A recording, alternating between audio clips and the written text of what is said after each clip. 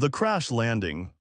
The violet skies of Alestria crackled with energy as Commander Lyra Sevaris stood atop the observation spire, her silver-white hair whipping around her face.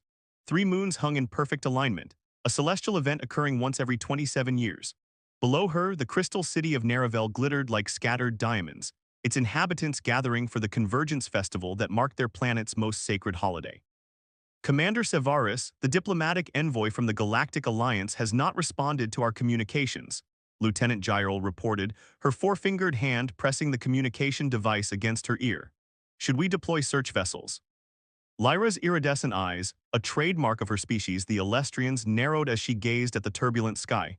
No, the atmospheric disturbance from the convergence would make search efforts dangerous. Continue attempting contact.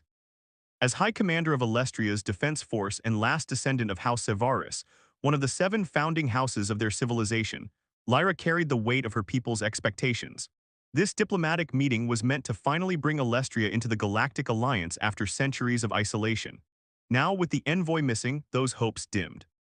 A sudden flash of burning light streaked across the sky, leaving a trail of smoke in its wake. By the ancestors, Gyral gasped, tracking the object with her scanner. Commander, it's a vessel, Galactic Alliance markings. They're going down in the crystal wastes. Lyra's decision was immediate. Prepare my personal skimmer, alert Medical Chief Orin. I want a rescue team ready, but they follow at a distance. She fastened her ceremonial cloak, shimmering fabric that reflected her house's colors of deep blue and silver. The crystal wastes are sacred ground. I'll go first to ensure protocol is followed. Within minutes, Lyra's skimmer sliced through the air toward the crash site. The crystal waste sprawled before her, a vast expanse of crystalline formations that caught the light of the 3 moons and refracted it in blinding patterns. Beautiful, but deadly. The crystals emitted radioactive pulses that only those with Alestrian blood could withstand for prolonged periods. As she approached the downed vessel, Lyra spotted the unmistakable hull design of a Galactic Alliance scout ship. Smoke poured from the engine compartment and debris littered the crystalline ground. She landed her skimmer and drew her ceremonial blade, the Starblade of House Sevaris, an ancient weapon passed down through 20 generations. This is Commander Lyra Sevaris of Alestria, she called out, approaching cautiously. Identify yourself. Movement caught her eye as a panel on the ship's side was kicked outward. A figure emerged, tall, broad-shouldered, and distinctly human. Blood trickled down his face from a gash on his forehead, and his dark blue uniform was torn at the shoulder. Captain Thalen Voss, he coughed, waving away smoke. Galactic Alliance Special Envoy. His eyes, a startling shade of amber, locked onto Lyra's blade. I come in peace, Commander, though I admit this isn't the entrance I had planned. Lyra lowered her weapon but maintained her distance. Where is the rest of your delegation, Captain Voss? Thalen grimaced, clutching his side. There is no delegation, just me. The Alliance Council thought a low-profile approach might be better given Alestria's reluctance toward outsiders. One man is hardly a diplomatic envoy, Lyra replied, skepticism coloring her tone. One man is less threatening than a fleet, Thalen countered, then winced as he tried to stand straighter. I'm also a bit more expendable if things go sideways, like they just did. A distant rumble shook the ground. Both turned to see a massive crystal formation shuddering nearby, destabilized by the crash. Fragments began to fall, each shard capable of slicing through armor. Move, Lyra shouted, lunging forward as a crystal spike the size of a transport vessel broke free directly above Thalen. Thalen dove to the side, but not quickly enough. The crystal would have impaled him if Lyra hadn't reached him first, tackling him out of the deadly path. They rolled across the ground as the crystal crashed down where he had stood moments before, sending up a spray of smaller fragments. That, Thalen breathed, looking at the massive shard, would have been an undignified end to my diplomatic career. Lyra rose to her feet, extending a hand to help him up. The crystal wastes are no place for those uninitiated to their dangers. She paused, noting how the moonlight caught in his dark hair, giving it an almost blue sheen. Something about him seemed familiar, though she was certain they had never met. I owe you my life, Commander, Thalen said, accepting her hand. As their fingers touched, a strange pulse of energy passed between them. Lyra withdrew her hand quickly, her eyes widening. What was that? Thalen asked, clearly having felt it too. Before Lyra could respond, her communication device chimed. Commander, Gyral's voice came through, we've detected unusual energy readings from your location. Are you safe?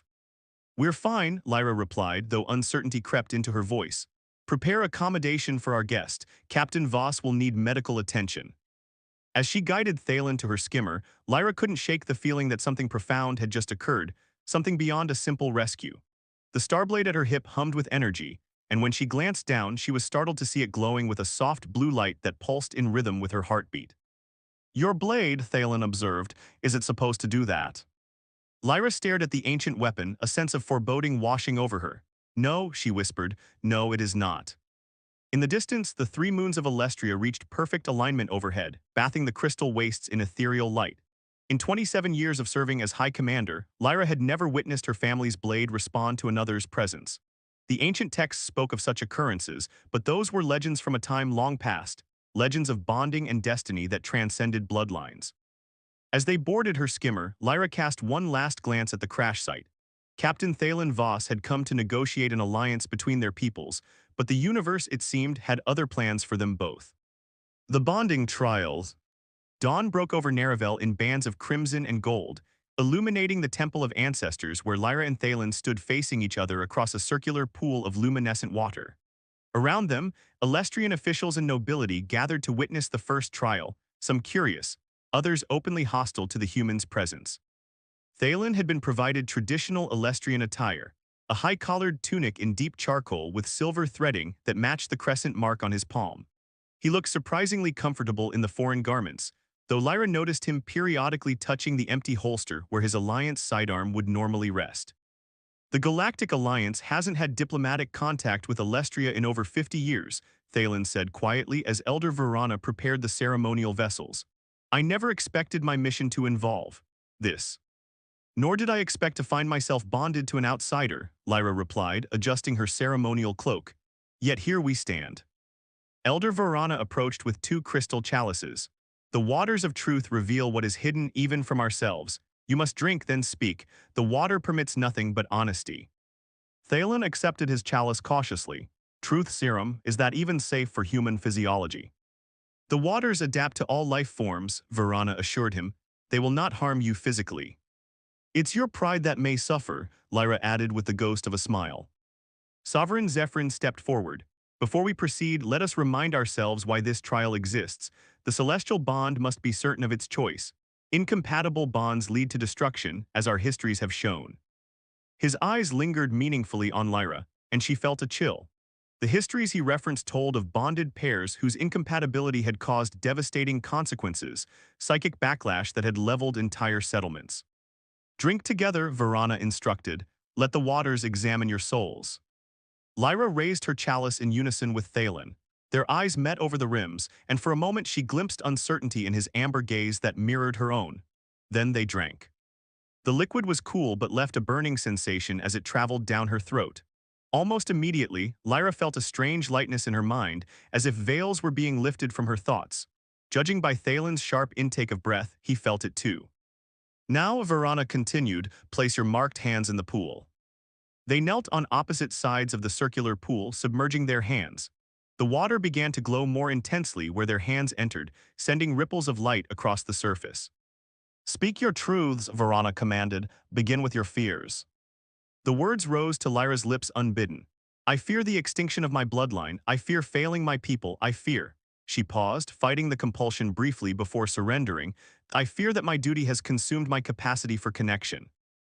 The water swirled with blue light around her submerged hand. Thalen's turn came, and his voice emerged steady despite the strain evident on his face. I fear I'm becoming the kind of diplomat who compromises too much. I fear that my mission here might be manipulated by those in the Alliance who want Alestria's resources rather than partnership. I fear, his voice lowered, that I've grown too comfortable with solitude.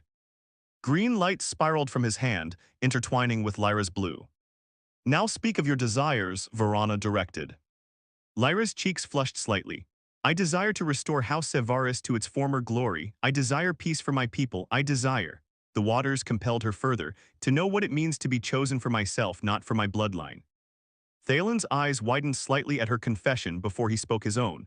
I desire to create genuine understanding between our peoples. I desire to break the cycle of isolation that separates species who could help each other. I desire. He hesitated longer this time, to find someone who sees the man behind the uniform. The blue and green lights merged, creating a teal glow that spread throughout the pool. Finally, Verana said, speak of what you see in each other. This was the most dangerous question, one that could not be answered diplomatically under the influence of the waters. Lyra spoke first, her voice barely above a whisper. I see honor in you, Thalen Voss. I see intelligence and adaptability. I see a man who faces the unknown with courage and humor. I see. She met his gaze directly, someone whose loneliness mirrors my own. The teal light pulsed brightly. Thalen swallowed hard before responding. I see strength in you, Lyra Sevaris. I see dedication and sacrifice. I see someone who carries the weight of tradition without being crushed by it. I see. His voice grew softer, a warrior who longs for more than battles to fight. The pool erupted with light, sending a column of luminescence spiraling upward. The gathered Alestrians gasped as the light formed a constellation pattern above, a sign that the trial had been passed. Elder Verana nodded in satisfaction. The waters have spoken, the bond recognizes compatibility. Lyra withdrew her hand from the pool, nodding that the silver crescent on her palm now glowed with the same teal light. A glance at Thalen's hand confirmed the same transformation in his mark. This changes nothing, Sovereign Zephyrin announced abruptly. 2 more trials remain. The trial of understanding is merely the beginning. And the easiest, Council Member Jeroth added with a predatory smile. The trial of courage will not be so forgiving of the human's limitations. Thalen rose to his feet, the effects of the waters still evident in his unusually direct response. I may be human, but I've survived situations that would make your ceremonial trials look like meditation exercises. Bold words, Jeroth sneered. We shall see if they hold substance when you face the crystal labyrinth tomorrow. As the assembly dispersed, Lieutenant Gyral approached Lyra with a concerned expression. Commander, strange energy fluctuations have been detected near the ruins of your family estate. The patterns match unauthorized crystal harvesting technology. Lyra frowned. House Sevaris lands are protected by ancestral decree. No one has permission to harvest there. Perhaps someone doesn't care about permission, Thalen suggested, joining them. The effects of the waters were clearly fatting, but his perceptiveness remained sharp. I need to investigate this, Lyra declared. Lieutenant, prepare a scout team. Commander, Gyral lowered her voice. Sovereign Zephyrin has ordered that Captain Voss remain under supervision at all times. He cannot leave the city. Thalen crossed his arms. Let me guess, the supervision needs to be someone other than you. Lyra considered their options. The bond made her responsible for Thalen, but her duty to investigate potential threats to Alestrian territory was paramount. The human will accompany me, came a gravelly voice from behind them. Professor Xandris, Alestria's foremost expert on crystal technology, stood there with his characteristic scowl. His age-spotted skin and stooped posture belied the sharpness of his mind. I require assistance in my laboratory, and if he's to be part of our world, he should learn about our crystalline science. Lyra recognized the opportunity.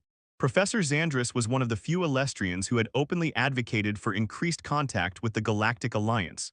His laboratory, while technically within city limits, was notorious for its lax security protocols. An excellent suggestion, Professor, Lyra agreed. Captain Voss's scientific knowledge could prove useful to your research. Thalen caught on immediately. I'd be honored to assist such a distinguished scientist. The sacred protocol. The crystal spires of Naravel's medical citadel sparkled under the triple moonlight as Lyra escorted the injured Captain Voss through its translucent doors. Medical Chief Orin, a stocky Alestrian with deep purple markings across his temples, rushed forward, his 6-fingered hands already preparing a diagnostic scanner. Commander Sevaris, Orin bowed slightly before turning his attention to Thalen. This is the Alliance representative. Captain Thalen Voss, Lyra confirmed, noticing how the medical staff whispered among themselves, their luminescent eyes fixed on the human. He requires immediate attention. As Orin guided Thalen to an examination platform, Elder Verana appeared, her ancient form gliding across the polished floor with surprising grace. At over 300 years old, Verana served as keeper of Alestrian traditions and chief advisor to the Sovereign Council. Commander, the Elder's voice crackled like dried leaves. Your blade sings. I felt its call from the Temple of Ancestors. Lyra's hand instinctively moved to the starblade, which continued to emit its soft blue glow. It began when I rescued Captain Voss from the crash. Verana's eyes, milky with age but still reflecting the iridescence of their species, widened. Show me your palm. Reluctantly, Lyra extended her hand. A faint silver mark had appeared on her palm, a crescent shape that hadn't been there before the rescue. By the first light, Verana whispered, the celestial bond has been initiated. Lyra felt her blood run cold. That's impossible. The bond hasn't manifested in 7 generations. What's a celestial bond? Thalen called from the examination platform, his keen hearing having caught their exchange. Elder Verana turned toward him, her expression solemn. When an Alestrian saves the life of another during the convergence, an ancient magic activates. If their souls are compatible, the celestial bond forms, linking their fates irrevocably. And by linking fates, Thalen said slowly, you mean? In your terms, Captain, Verana replied, Commander Sevaris has become your bondmate, what humans might call a spouse. Thalen sat up so abruptly that Medical Chief Orin had to push him back down. I'm sorry, did you just say we're married? The bond is more profound than your human concept of marriage, Verana explained. It is a cosmic connection recognized by our most sacred laws. Lyra paced the room, her composure slipping. There must be some mistake. I simply performed my duty by rescuing him. The Starblade does not make mistakes, Verana countered. It recognized the potential between you, now the bond has begun its formation. Thalen's expression cycled through shock, disbelief, and finally, a bemused acceptance. I've had some unusual first contact situations before, but getting accidentally married to the planet's military commander is definitely a first. This is not humorous, Captain, Lyra snapped, though she noted the lack of panic in his response with surprise. Trust me, I'm not laughing, Thalen replied, wincing as Orin applied a healing compound to his forehead. I'm just trying to process. I came here to negotiate an alliance between our peoples, not this. Elder Verana approached the examination platform.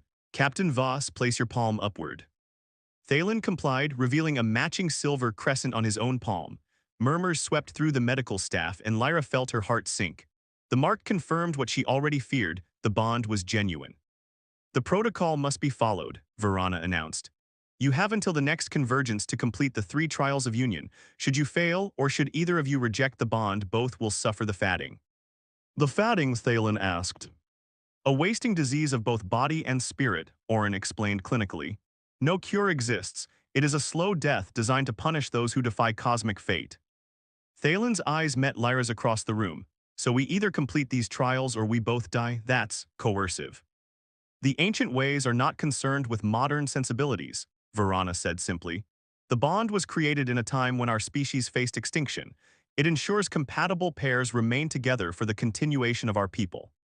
Lyra's mind raced. As last of her bloodline, she had always known her choice of mate would be politically significant. But this, being bound to an outsider, a human, would send shockwaves through Alestrian society. Commander Sevaris, a new voice interrupted her thoughts. Sovereign Zephyrin, the elected leader of Alestria, entered the chamber, flanked by members of the council. His tall frame and elaborately patterned robes commanded immediate respect. Is it true? Has the celestial bond manifested between you and this human? The way he said human, like it was something distasteful, made Thalen raise an eyebrow. It appears so, Sovereign, Lyra answered, straightening her posture. Though I request further verification before we proceed with the protocol. Zephyrn's eyes hardened. Our laws are clear. If the bond has chosen, we must honor it. However, he glanced at Thalen with thinly veiled contempt. This is unprecedented. No outsider has ever been chosen by a house blade. Perhaps because outsiders aren't usually allowed on Alestria, Thalen pointed out. Hard to get chosen when you're not invited to the party. Lyra shot him a warning look, but couldn't suppress a flicker of appreciation for his directness. Watch your tone, human, Council Member Jeroth hissed. You address the Sovereign of Alestria. My apologies, Thalen said, not sounding particularly sorry. Where I come from, arranged marriages typically involve at least a dinner date first. Before tensions could escalate further, Elder Verana stepped between them. The bond transcends our political concerns. It is a matter of cosmic balance. The first trial must begin at dawn. Dawn, Lyra echoed, so soon. The alignment of the moons will not wait for your convenience, Commander, Verana replied. Captain Voss, can you stand? Thalen nodded, rising from the platform with only a slight grimace. The Alestrian healing compounds had already accelerated his recovery. Then you will prepare for the trial of understanding, Verana declared. You will each drink from the waters of truth and speak what is in your hearts. Only then can the bond determine if it should strengthen or dissolve. Sovereign Zephyrin stepped forward. I must object. This human comes to our world as a representative of the Galactic Alliance, an organization that has shown interest in our crystal resources. How convenient that he now finds himself bonded to the commander of our defense forces. Are you suggesting I orchestrated a life-threatening crash and cosmic bond just to what, steal your crystals? Thalen asked incredulously. I suggest nothing, Zephyrin replied coolly. I merely observe the coincidence. Lyra moved between them. The bond cannot be faked, Sovereign, you know this, and Captain Voss is as much a victim of circumstance as I am.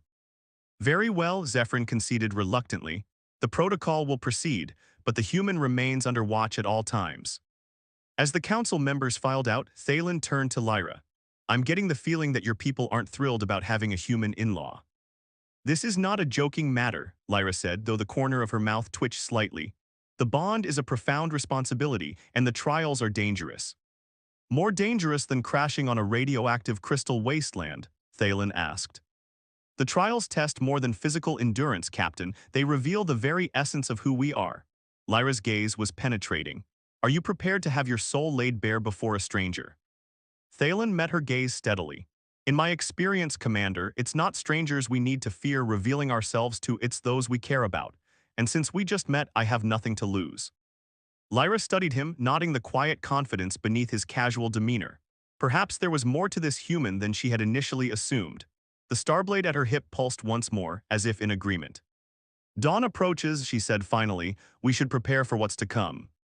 As they left the medical citadel, neither noticed Sovereign Zephyrin watching from a higher balcony, his expression dark with calculation.